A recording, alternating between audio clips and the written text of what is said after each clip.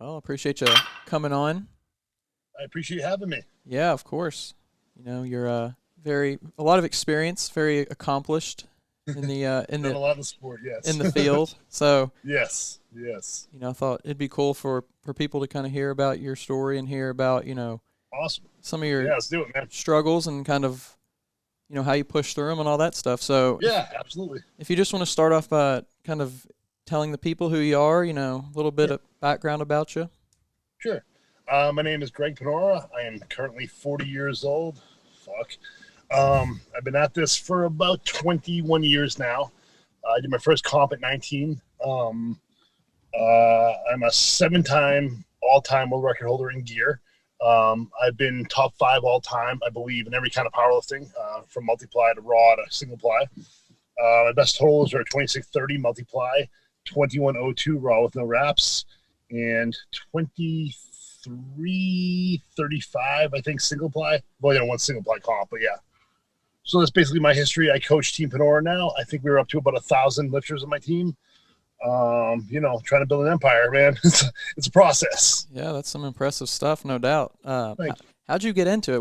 Who did, was it somebody? Was it something? What really you. pushed you into the weightlifting? Yeah, sort of. I mean, honestly, I really just wanted to be really good at something, and I realized young that if I wanted to do that, I was gonna have to put all my time and energy into it.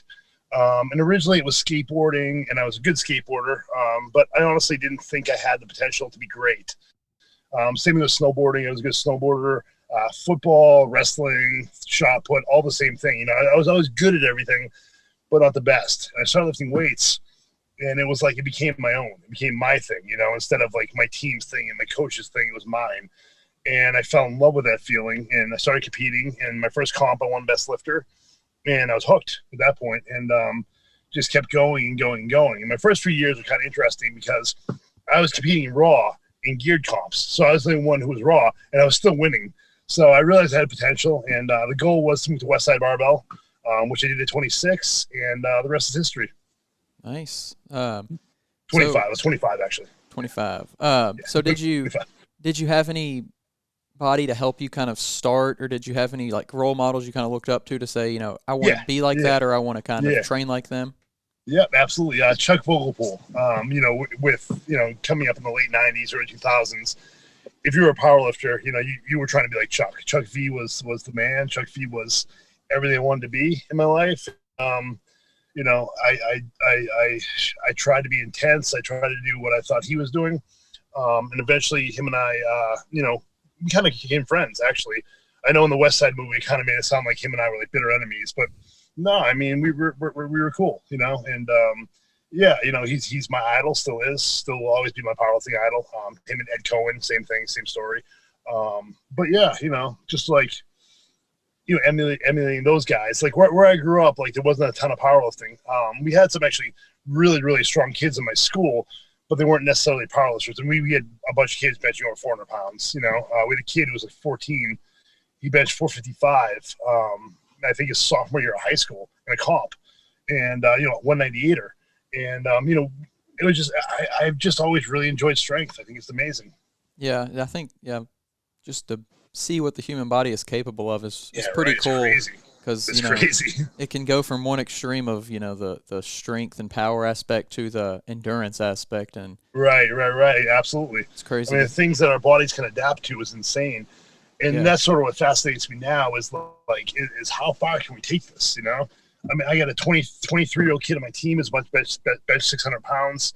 He's squatting over 9 already. I mean, it's wild, like what you see, and just in this terms of just pure, genetic potential. Like, how far can we take this thing? I mean, it's crazy. Who yeah, knows? yeah. I was actually listening to this other podcast, um, and they were talking about how they got into what they were doing, and Mhm, they actually were retired out of their fields, mhm, and talking about millennials, and they were just mhm. saying, you know, millennials get a bad rap and everything, Agreed. but from the ones that they've been seeing, it's just the potential that they have. They're already Right. so far ahead of where they started whenever they started Right. out. Right. Right. Just Exactly. Exactly. it's like we're just evolving so quick to become even. Yeah, we are. I mean, the sport has just grown so much. 10, 15 years ago, I was considered a genetic freak. And now looking back at it, there's 1,000 guys just like me in the sport, But, just because you have potential doesn't mean you're actually going to do anything. And I've seen that happen so many times, I have so many guys that come on my team, and they have like 1 or 2 great meets, and they're done. They can't. What it takes to keep moving, I think, is what pushes people out. You hit that giant total, and you sit back and think about it, and you're like, holy shit, the amount of work I had to do that. Can I keep doing that over and over again? And most people can't. And it's not necessarily their fault. They quit because, it's just so self-involved. And if you have a kid at home or 2 kids or 3 kids, you have a 50-hour-week job, it just becomes brutality. Then you have a coach like me on your ass all the time, telling you you're not training hard enough. You need to go harder. You need to do more, and it just becomes a miserable existence. Yeah. But you have to be ready for that. I mean, it's a tough gig. Yeah, for sure. So, what did you kind of use as your motivation during your training to keep you going and, keep your eye on the prize, basically? Honestly, for me at this point, I'm not incredibly motivated to train. I won't lie. It's just part of my day. It's like, I built these habits up over the last 20 years, and I never miss training sessions. I don't care. I'm slightly hungover today. I just went and benched, had a great bench day. But it's just eating 6-7 times a day. I've been doing that since I was 13. So at this point in my life, it's just normal. It's the way of life. Like brushing my teeth. I brush my teeth 3 times a day too. It's just built into my day. It's what I do. I don't need to be like screaming and yelling in the gym. I don't need to have incredible workouts. I just need to get through it.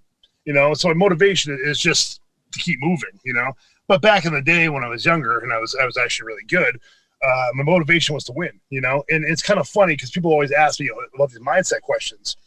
And honestly, my mindset for every meet I've ever been to is just to win the fucking meet. I'm not thinking about world records. I'm not thinking about, where I stand in the world. All I want to do is just win that meet. And that for me has made me very successful at the sport. I'm not thinking about anything else about that during that day, except for that 1 guy I need to beat or 2 guys or 3 guys in my weight class I need to beat. And that's it. Yeah, a lot of people, they don't have that kind of like competition. They don't do anything competitively wise. Right. So it's kind of hard to find that motivation to just right. I mean, I've been an athlete since I've been 3. Yeah. I've been competing in some sport or another since I've been 3 years old, with really no breaks. So my brain is always in that competitive mindset. I've never lost it, Yeah. So I think that's one of the things that sort of in the sport now that's kind of lacking. It's become pretty uncompetitive in terms of like, everybody just after records, which is cool. Like, that's awesome. But I want to see some fucking head-to-head battles. I was at a comp a few years ago, and the 2 best lifters were in the same weight class. And I won't say, you know who they were. I won't say though. But they were, they were like trying to discuss who's going to cut weight so they could both break world records instead of going head to head. And I'm like, that's just an attitude that I don't understand. When I back in the day, like I would intentionally go to weight classes that the best lifters were in so I could beat them. Yeah, and it's funny you say that. It gets me thinking about like fighters nowadays, like especially like Conor McGregor. He says he'll go to any weight class to fight anybody. Like, that's how I was. You know what I mean? Yeah.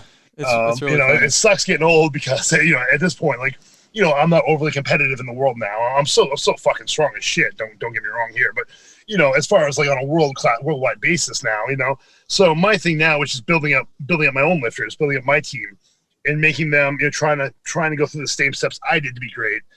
And some can hack it, some can't, most can't. It's tough. It's a tough lifestyle. But if you want to be good, that's what it takes. Yeah, you gotta put it in. So you say you're about 1,000 plus people, you said?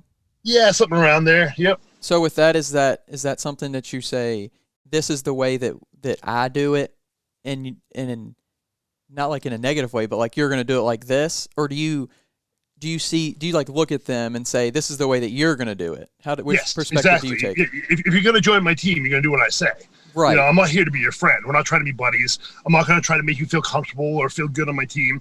If you're on my team, then you're going to fucking put out. You're going to fucking train hard. You're going to compete hard. You got to earn your fucking respect. You don't just come on my team and respect you because you joined my team. You're paying me $20 a fucking month, Right. Fuck that shit. Yeah. If you come on, then you're going to do what the fuck I say, Right. If you don't want to, there's a million more teams you can join up on, Yeah, there's certainly no shortage of coaches around here. There's probably 40 powerlifting coaches in my city. A good amount have never done a comp before, the personal trainers. And I mean, that's fine too. but that's a role that I don't want to be around that. I want to be around the best. I want to create the best. I want to create world-class lifters. So, if you're on my team, that, and that's what we're shooting for. If you can't do it, that's cool, as long as you're fucking trying. I don't care if you hit the weight or miss the weight. Just don't go out there looking like a fucking bitch, and we're good, Right. Put it in, and then, what happens, happens. You can't control. Right. Really. What happens, right. You can only you're not going to win them all. Control. You're going to have bad meets. You're going to have bad days. That's how it goes. We can learn from it and see what went wrong and try to figure it out, or you can quit. Either way, I'm cool. Yeah. I'll find somebody new. There's a million other people. They'll take your spot in a heartbeat. That's how I coach. That's the way I was taught to coach by Louis. I was actually lucky enough to just last year do an internship as a strength conditioning intern at my local high school, and the strength coach there is like one of the, I don't know if you're familiar with the like National Strength Coaches Association. Yep. Okay, so it's you might actually Mike Snyder. I know who he is. Yeah. Okay, yeah. So he's very, very good. Yes. Yeah. And I learned a lot under him, and not just him, but the whole program is kind of the same way that you're talking about. Just like, we have the basically the algorithm, what it takes to win. So if you can either follow it and you're going to win, or you can, you can join somebody else. It's all in the putting it in, though. Right, exactly. You got to put in the effort. I can't do that for you. I can lead you to the water, but I can't make you drink it. You can do what you want to do with it. Yeah. And a lot of people are like, well, I can't be as competitive as you want me to, so I'm going to leave. And I'll say, cool, great, have fun, go enjoy your powerlifting experience. It'll last like a year or two, and you'll be gone, but it's okay. Yeah. But for me, like this is a long haul situation. This is a long term process. It's going to take a long time.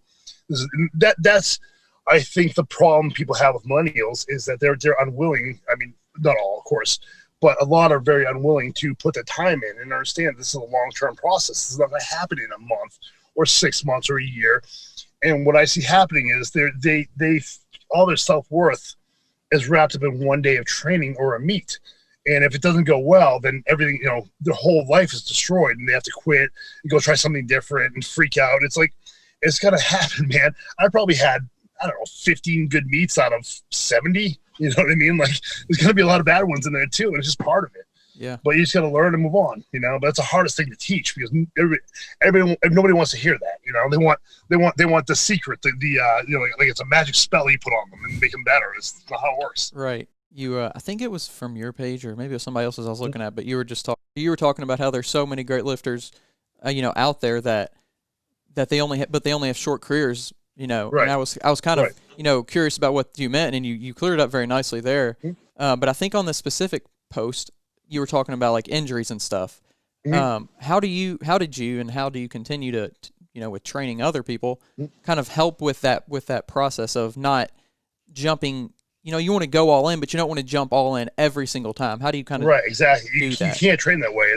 It's unsustainable, and so, I just push, my message as much as I can that, again, it's going to take a long, long time. The goal in my training isn't essentially to get you stronger. If you're in the gym lifting weights, you're getting stronger. There's no way, you can't scientifically get weaker from lifting weights. It doesn't work that way. Right. So the trick is just to keep people safe and put in stoppers here and there. So every 5 weeks we deload without question. You want to come on and whine about it, go somewhere else. If you're not willing to do that on my team, I'm going to cut you. So the goal is just to find ways to have people recover. I push recovery more than anything else, even more than training hard. Recovery is fucking everything, man, especially as we get older. Like, my recovery is my entire day is around my recovery, my eating, my hydration, my naps. I have a 2-hour nap every day. It's scheduled into my day. You know what I mean? And don't bother me when I'm taking a nap. Yeah. You know what I mean? Like, I have a couch at work, so I can take naps on my couch.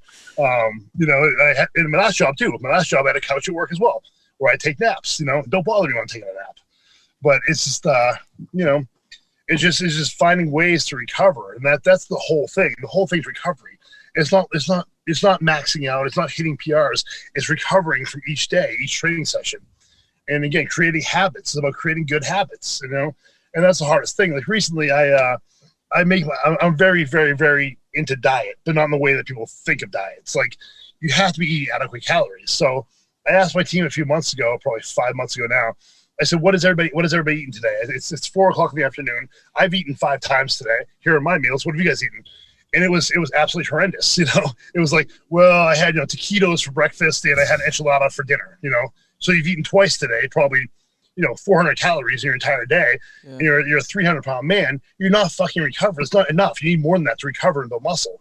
So I hired on a nutritionist or a nutritionist on my team to take care of that. It's been magical, but there's just so much more to this than just training. It's a lifestyle. You don't get anywhere just training. It takes so much more than that. Absolutely. Yeah. It's one, I think it's something that the younger guys, I think, struggle with, or younger people, right? Because especially on like social media and YouTube and all this other stuff, all you see is people, training. You see clips of people training, pictures of people training. Nobody talks about or emphasizes the diet or the resting. Right, exactly.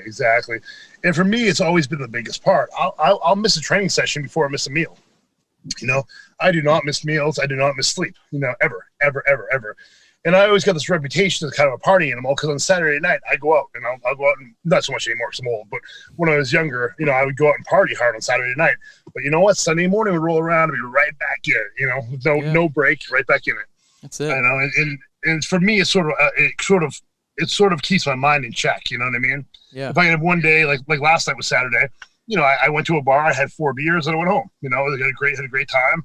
And, but I felt okay the next morning. I went and trained. I just benched 400 for 18 reps total, which was a good day for me at this point. I'm getting older. I can't really do the same things I want to do to be strong, so I just kind of have to, go with it and realize that I've probably done as much in the sport as I'm going to. As far as weights, I'll probably never beat my previous totals, but that's okay because I can make other people stronger than me, and that's the goal. Yeah. Guarantee you, when I was out at that bar, when I went out to the bar at 9 o'clock or 8 o'clock at night, I can guarantee you I've had 7 meals, I've trained, I've napped, I prepared myself for this night, Yeah. And, and so it's sort of it's for me, it's like Louis, when I was out at Westside, Louis hated it. Louis hated how much, he's like, you're partying too much, blah, blah, blah. I don't know how you're as good as you are with as much as you drink, blah, blah, blah. And I'd be like, Louis, it's one night a week, you know what I mean? And I have nothing to do on Sunday, so all I do is recover. I'm back in on Monday, and this, I'm 100%, Yeah. And so for me, like, I kind of, I don't know, like, it's just, everything just has to be in your life. You want to get this, has to be scheduled, And so my entire life is just a schedule every day. And I think that's a hard thing for people to wrap their heads around because, people want to be free and have fun, and that's great and all, but, the lifestyle is really everything in the sport. You have to live it. Yeah, for sure. It's funny that you say all that because Jordan Belfort for The Wolf of Wall Street, I don't know if he said it in the movie, but it was either in the movie or the book when he was like, the difference between me and the guys that stuck around and everybody else and why we were successful is because, we went out on Saturday night. We got messed up. We did all this stuff. Yep. But we were the first ones in the office before the sun was back up.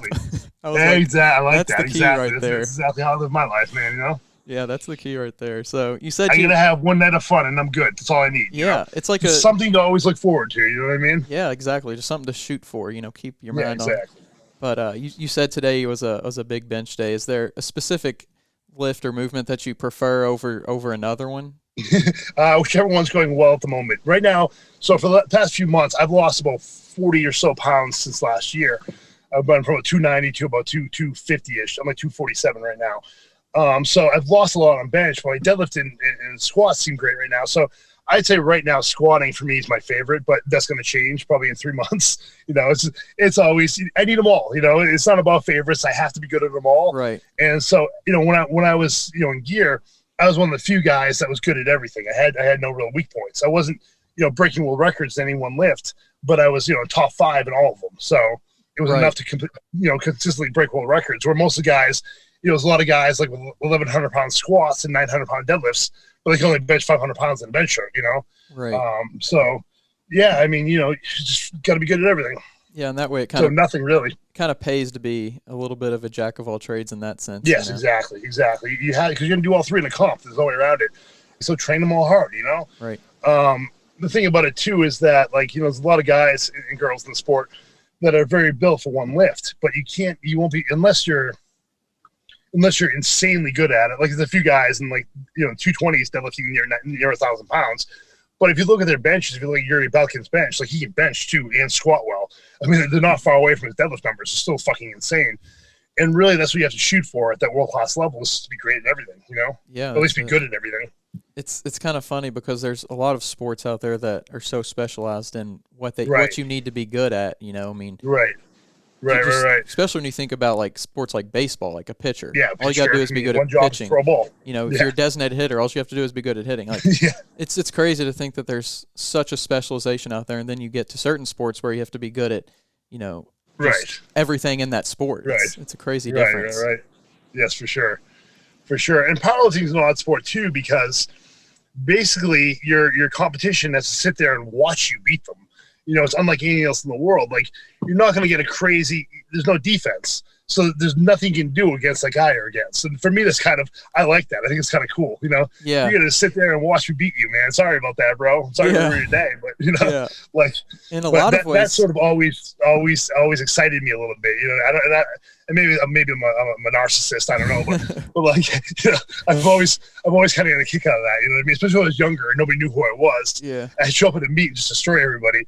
And you know, I see, you know, I'd be 19, 20 years old. There'd be some 35-year-old guy bawling his eyes out in the back room because I just beat him, you know? Right. And that for me was always kind of entertaining. I was getting a kick out of it. Yeah, in a lot of ways, it's kind of like golf. You know, you have to be good at a lot of different aspects, and you really can't control what the other person's doing. It's just kind of exactly. You hope you put enough time in. Yes, exactly, and it makes it interesting. You know. Yeah, for sure. As far as your personal, you know, your own lifting at this point and your business, like what are you looking forward to the rest of 2020 and on? 2020. So me and Trevor Jaff, you know, Trevor Jaff, another big coach, where you got about, I don't know, like probably 10 seminars, 12 seminars set up. Me and Luke Edwards are working on a project right now with our training from, you know, 15 years ago when I was at Westside. You know, we had some really super, super intense and really magical workouts. So they've been lost for a long time. He lost all of the stuff he'd written down about it. But he found it like about a week ago. He found all his notebook with all of our workouts in it. And so him and I are going to put that together and do something with that. I have a competition next week in Maine, in my state. I'm bringing some big dogs out there, so that should be fun. And I'm just going to keep working. I know, doing a lot more of these things. I've done probably 8 podcasts in the last month, you know. Just trying to push the push the message, man. You know, trying to build up my team. I want an empire. Yeah, that's pretty cool that you guys were able to find that lost stuff, because I bet that was exciting, really. Oh man, it was too. Like, you know, I've kind of forgotten a lot of this stuff too. You know what I mean? Like it was a long time ago, but like him and our battles were insane, and that's really what made me great. You know, I'm such a competitive guy, and having somebody there who potentially could beat me, you know, kept me on my toes all the time, because he still is a strong motherfucker. You know, he could out deadlift me, occasionally out squat me, you know, so it was always battles, you know, and at Westside, that's what it's about. Everyone's so obsessed with their programming, you know, it's like you're maxing out or you're doing speed work, you know, that's it. It's simple. You know, the magic's not in the training protocol. The magic's in that place when you walk in those doors, and, you know, you're basically thrown in the water with you know, 10 great white sharks. What are you going to do? You know? And so for me, like, you know, the second I walked in there, I'm like, I'm taking this bitch over, you know? But, you know, Louis told me last time I was out there, which is probably 3 years ago now, maybe 4, he was like, you know, the place is not the same. He's like, there's nobody like you in here anymore that just wants to be the best, you know? You know, people are much more timid now than they were. And I agree with that. You know, I think people are so scared of losing, and you can't be. You're going to lose. It's going to happen. There's going to be times when you're going to lose, but you just got to pick up and keep going, you know? Yeah. Do you think you would be as great as you are if you had to, you know, train by yourself? Do you think that you wouldn't have? No. Really? No, I've been training by myself for like the last, I don't know, 5 years now. And no, I mean, I don't have the intensity I used to have, but a lot of that's probably age too. And you know, and having to do a lot more things, having a daughter at home now, you know, and we weren't sleeping for a long time. You know, so there's other factors in there too, but no, I don't think it would have been as good had I not gone there. Yeah. At all. I believe it. Yeah. It's definitely a completely different vibe whenever you're around other people that are pushing it hard too. Right. What would you do differently if you if you had the same exact knowledge that you have right now, Mhm. if you had to start all Mhm. over again, what would you do differently from the beginning? Honestly, I would have slowed down a little bit. Like, you know, I got lucky, I guess. I mean, so like potentially on the outside, it looks like I did everything right, but I wish I would have slowed down and enjoyed it a little more because I was never happy. You know what I mean? It was a constant. It was constantly just trying to get better, you know. So I never sat back and enjoyed it. And I kind of wish I had, you know. Right. But I'm doing that now, you know. Yeah. Yeah. I think a lot of people kind of feel that way about, the climb. Yeah. It's just, Yes. Yep. You know, I mean, honestly, you know, most of what I did, I think was right. Honestly, you know, the hard times of being homeless, the shitty days I went through to get there. Like, I'm proud of myself for doing it. Like, it was hard. It was a really, really brutal time. You know, for a lot of it, I was homeless, living in my car, hotels. My girlfriend would throw me out all the time. My pit bull. Like, it was a pretty miserable lifestyle. But you know what? I fought it and I didn't quit. And so, I guess there's really nothing I wish I had done differently. If you asked me at the time, like, it would have probably been a different answer. You know, like there was a lot of times where I just want to get in my car and leave. You know, but I did. So. Yeah. I guess really nothing. I'm happy with the way I did things. I think I did it right, you know? Yeah. That's pretty cool to have, not necessarily no regrets, but to look back and say, hey, Yeah. I'm pretty happy with what went down. Yeah, I am. The hard part, honestly, wasn't getting there. The hard part was when you're not there anymore. And I think that happens to a lot of athletes, like, you know, Junior Seau, for example. You know, you get to this place and you realize that you're never going to be back there. I'm never going to break another world record, you know? And people, whenever I say that, people are like, well, you might. I'm not going to. It's not going to happen. And a part of that is because I don't care enough to anymore. But, you know, I'll never be that guy again. So you kind of peak at 26, 27 years old. And it's like just constantly trying to find that again, and I won't through powerlifting, but I can through coaching. So most of my my drive now is towards that as opposed to training. Yeah, but I still train hard. I mean, don't get me wrong. Yeah. I think that's one thing that a lot of people that have successful careers, and then they in that specific part of their career. I think one important thing for anybody to do is to find a new mission, and I think you found right, that, exactly, like you said in coaching. Right. And for me, like, I never wanted to coach. Like, it was like the last thing in the world I ever wanted to do. I mean, I sort of came into it, you know, almost on accident. Somebody opened up a gym here in my town and was like, hey, you know, want to come train here? You know, you should train at Westside. And it was actually a CrossFit. And so I went and started coaching there, and it kind of blew up. And, yeah, I mean, it's worked out. And I do really enjoy it, mostly. I mean, most times are very stressful. You know, it's difficult to coach a lot of people at a time. I get, 100 people I DM every minute, like, oh my God, I lost 5 pounds. What do I do? Like, everybody's always freaking out all the time. Yeah. And it's part of it. You learn how to deal with it, but it's like, Jesus Christ, it's not that big of a deal. Oh my God, I have the flu. I can't eat. What do I do? Like, you're going to be okay. You're going to chill. You're going to be okay. Yeah. And the whole trick is just to look at everything from a much bigger standpoint and understand that I'm not looking at what's happening right now. I'm thinking about what's going to happen in 3, 5, 6, 10 years, That's it. Yeah. So it's a hard lesson, though. It's a very, very hard lesson, and most people don't want to hear it. Yeah. I think it's a kind of people look at what can I do in like the short term. I think a lot of people think short-term goals and results. Right. And they think like if something tiny happens, they only see it in the short term. I think everything is viewed in that one day in that moment. Yeah. You can't live that way because you'll drive yourself fucking crazy, Yeah. I watch more guys quit and they're like, I can't do this anymore. I'm just driving myself crazy every minute. Right. And you just have to go with it. You got to go with it. You got to move backwards at times. There's going to be times where you're really fatigued and beat up and don't feel like training, but you just got to move past it. You got to be in the gym for an hour and a half. I mean, get there and just fucking do it. Right. A few weeks ago, I really didn't want to squat. So I hit up my coach, Swede, Swede Burns, one of my best friend. I hit him up and I was like, bro, can I just go in and like take a big single? He goes, and there's one thing I know. It's that you can do 5 sets of squats and be okay. I thought about it, I laughed, and I went and crushed it, Yeah. But it was just, I just need to hear that, Yeah. And I say it all the time, I am definitely every bit as annoying to my coach as my listeners are to me, which is why I have a coach. Yeah. Because I need somebody to tell me no. I need somebody to say, don't do that.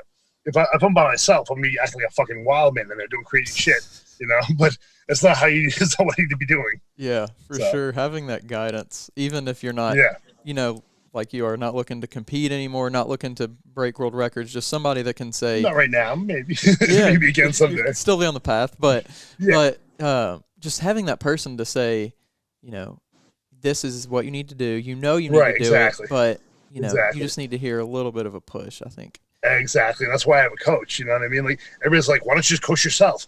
Because I can't. Because it's not about what you know. It's about right. the mindset behind it too. You know, somebody. Right. Absolutely. Absolutely. Same with relationships. You know what I mean? I've been in 20 billion of them. You know what I mean? But I can give you great advice on how to meet girls, blah, blah, blah. But then when it comes to me, it's a fucking mess. You know what I mean? Yeah. I can't follow my own advice. Exactly. Yeah. That's one thing, you know, just we're all experts until it's our own situation. Until it's our own stuff. Exactly. And then we can't see past that. So it's yes, exactly. Exactly. That's funny. Do you have a standout moment that in your career, whether it be in the training aspect or the competition, you know, field, that really sticks out, that's like one of your more proud moments? I mean, you have your records and all that stuff. I didn't know if maybe something particular would stick out. My most memorable meet was my first world record. Honestly, it was a small meet in Cincinnati, Ohio. And a bunch of West Side guys were doing it, so I went too. And I had been there for probably about a year at that point. And so I remember I worked all day. I worked a double shift at my job. I was working with kids.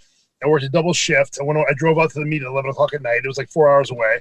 So I got in there at like 2 in the morning, and I had to cut, I don't know, 15 or so pounds. No, you know what? I didn't cut. No, never mind. Scratch all that.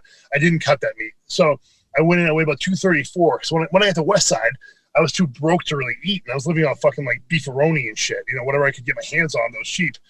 And so I went out there, and I went in and weighed in at like 234. The guy was like, "Do you just want to catch 220?" And I was like, "I didn't even know what that meant." So I was like, "Nah, I'm good." And he was like, "What are your openers?" And my squat was like 956 something, 770 or something. Like they were huge openers. And he looked at me, he goes, "What are your real openers?" And I was like, "That's them." And he was like, so he was like, "Okay, buddy." He was like, he's like, "You realize that, you know," he was kind of giving me a lecture on the sport about how like it's a very hard sport just because I want to do those numbers. Those are probably bad choices and blah, blah, blah. And I was like, "Dude, I'm good. That's what I want. That's what I'm going to do." I looked at him, I go, "I want to break the world record tomorrow." He goes, "Okay, buddy." And I walked out, and the guy walked in after me to weigh in. And the guy was like, "I want to do what he's doing." And so he was kind of laughing at me. And went in the next day and just fucking rocked it. And he goes to me after, he's like, "Who the fuck are you?" And that was the first time anybody really took notice. And so I pulled it. It was my first 800-pound deadlift in a comp. So I pulled the 800, and Louis came over and tackled me on the ground and was kissing me on the mouth. And it was one of those moments that like everything I had done, you know, had come to, you know, everything I had done, that made it worth it. You know, I mean, all this work, all this grinding. I remember I walked out in the parking lot, and you know, I sort of thought like, you know, people would be out there, paparazzi, girls. I was actually with my girlfriend, so scratch that. But I walked out in the parking lot, and like some little fat guy was like, "Hey man, great meet." I was like, "Thanks." That was it. Then I went home, got on the internet, and you know, everybody's talking shit about me. It was like, oh my god, you know. But it was what it was. But for me, that was my favorite meet I ever did. And then after that, I went to the Arnold Classic and rebroke the world record there by about 50 pounds. And so people started to take notice at that point. But yeah, the first world record. And I never got a fucking Powerlifting USA cover either. They'd always put the guy I beat on the cover. Finally, I called them. I was like, "Yo, why am I not getting covers?" Yeah. And dude was like, "Well, Louis never sends me pictures of you." Oh, I'm like, "Well, ask me to. I'll send you some pictures, man. Put in the cover." I'll take a picture right now and send it. Yeah, right. That's funny. It's always a little bit sweeter too when somebody, you know, doubts you and yeah, right. That. It's always just a little bit. I mean, I've been doubted my entire career, man. That's all anyone's ever done is just doubting me the entire time. But it makes me tougher. You know, when I first started coaching, everybody was like, "What do you know about coaching? You were just good at it. You didn't do anything to earn it, blah, blah, blah, blah." I'm like, "Oh, I didn't? Okay. Yeah, I just came into this one's great. I hardly even worked for it. Yeah. Fuck off." You know? Crazy. That's what they all say, though. You know, it's just... Yeah, no, it's like... they don't see the work. They only see the... No, yeah. Because nobody saw my career until I got to West Side. But there was, 7, 8 years before that of competing, where I was competing like 10, 12, 15 times a year, which is insane looking back on it, but I had no idea. So I just get in my car and just drive out to a comp wherever, everyone in the Northeast, they'd go out and just compete. Anytime I heard about a comp, I wouldn't peak. I had no idea how to peak. I would just drive out there and do it. Because back in those days, it wasn't people showing you how to do this. You had to figure it out on your own. And so I would just find a comp and the day before and go out and do it and win. That's crazy. You know what they say? The best motivation is what's the saying? It's a empty wallet, a hungry stomach, and what's the third one is something else. But yeah, it's just like you got to do what you got to do to build it and build your name and to. That's right, man. That's right. That's what it takes. And I knew early on, like, I didn't want to live a normal life. Like, I remember growing up, my dad was an engineer growing up, and a very, very smart man, very good man. But he was just so miserable all the time. And he'd be in my ear like, you should do what I do, be an engineer. I'm like, why would I want to do that? I can hear you in the shower every morning saying you're going to blow your brains out. Like, he's talking to himself in the shower. Like, someone just fucking kill me. I hate this fucking blah, blah, blah. You know what I mean? Like, I don't want to live like that. That's not the life I want. Yeah. People, a lot of times it's hard for people to understand. Yeah. People will trade the security for the kind of like the thrill or the dream or whatever it may be called. Right. So you have a lot of experience, a lot of knowledge. If you have one piece of advice, though, to share with somebody out there that wants to get into it or that's, maybe just starting into it, what would that be? Understand that it's going to take a long time. You're probably not a freak.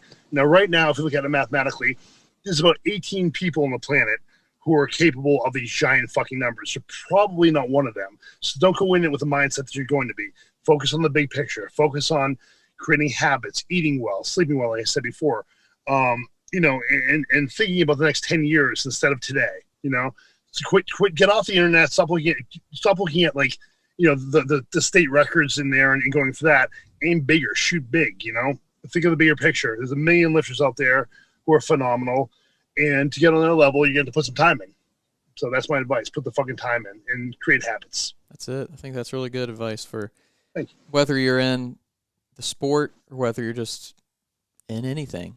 That's it. I mean, you got to just put the time in. You're not going to jump into anything unless you're just having a really lucky day. You're not going to jump into anything and have what you want right off. So right, exactly. That's it. Exactly. Just putting it in, man. Yeah, exactly. It's just about it's about just constantly despite the outcome, really, which is a hard thing to understand. Despite how it's looking, like if I want to do something, if I'm going to go on a program, so I've done 3 programs in my life. I've done West Side, I did Cube, and then now I do Fifth Set. Those are the only 3 things I ever use. So when I use something, I give it a year. I will give it exactly a year. So I just recently did kind of a study on myself. I trained every day from July 12th of last year to July 12th of this year, and I found out it really did nothing good for me. There's nothing happened. It didn't seem to make me any better. I was more tired. It didn't work. So I just want to see myself. So I will always give something a year before I decide if it's working or not. What most people do is they go through the first comp and make every choice based on that, if it's a good comp or a bad comp. And there's so many factors in there that we can do nothing about, So you can't base it on one day. You got to do it a few times and see if it's actually working or not that way. Yeah. And it's one of the hardest things to push to people because everything is determined by one day. Yeah, it's always, not always, but usually determined by a bad day. I've been training, doing this for 4 months. I had a bad day. My bench went down. I'm done. I quit. You can't think like that. It's not how this works. Yeah, that's it. In the other direction too, you have people that base everything off one good day, and it's like, Yeah, right. Exactly. I'm here. I made it, and now I'm just done working hard. So. Right. I mean, it's going to be a long haul. You know what I mean? And it's easy for me to say because I started doing this at 13. So I can kind of stay here on a pedestal and say this, but at the same time, I sort of get the mentality of, and I put a Instagram post about it the other day. Like, if you fucking suck at this, quit. By all means, quit. If you hate it, quit. If it's not what you want to be doing, quit. Find something else. I had to quit skateboarding and snowboarding to pursue this. Yep. I quit playing football. I didn't play football in college because I wanted to train. But there's things I had to bypass to get there. So if this isn't your thing, find something else. Like we shouldn't hate on people for doing that.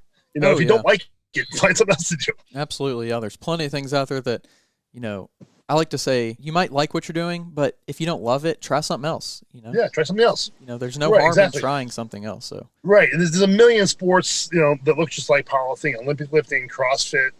There's MMA. I mean, there's things that look like it.